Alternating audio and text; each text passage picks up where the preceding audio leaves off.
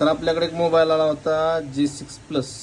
तर ह्याची कहाणी अशी आहे की त्याच्या आजोबाने औषधामध्ये दाखवली मोबाईल हे. तर त्याचा अगोदर डिस्प्ले गेला म्हणले, त्यांना डिस्प्ले टाकला 1000-1200 रुपयाला. त्यानंतर चार्जिंग होत नाही म्हणून चार्जिंग सॉकेट बदललं. चार्जिंग सॉकेट बदलल्यानंतर मग त्या आजोबाला घरचा मोबाईल होता, त्यांच्या सुनेचा होता आणि एक्सपायर झाले होते त्यांनी, आणि लॉक माहिती नव्हता.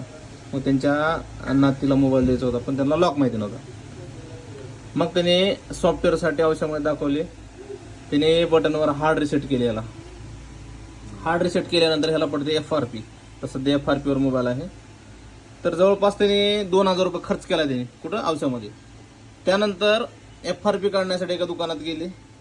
FRP ला चार्जिंग सॉकेट कनेक्ट होत नाही, कारण सॉकेटचे जे मधले DMDP पॉईंट असतात, जे USB पॉईंट असतात, ते खराब आहेत. नंतर त्यांनी औषधामध्ये 2-3 ठिकाणी दाखवले. नंतर एका दुकानदाराने आपला ॲड्रेस दिला की बाबा श्री मोबाईलवर जावा, त्या ठिकाणी तुम्हाला करून भेटेल. आणि आपण सॉफ्टवेअरचे कामं करत नाही, लॉकचे कामं करत नाही, पण आजूबाजू आपण मोबाईल ठेवून घेतला आणि याच्यावर बघू शकता FRP आणि चार्जिंग कनेक्टर CC हे दोन्ही काम याच्यावर आपण लिहिले.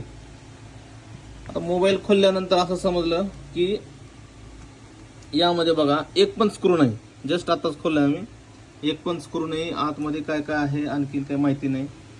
जर मोबाईल रिपेअर करता येत नसेल, व्यवस्थित करता येत नसेल, तर कस्टमरकडून जास्त पैसे पण घेऊ नका, आणि होत नसेल तर आहे तसं रिटर्न करा. कस्टमर 15 ते 20 दिवस झालं परेशान आहे. तर आपण दुकानचा सेटअप चेंज केल्यामुळे थोडासा टाइम लागला, 2-3 दिवस घेतले आपण त्यांच्याकडं. तर आता हे मोबाईल आपण त्यांना रिपेअर करून देऊ.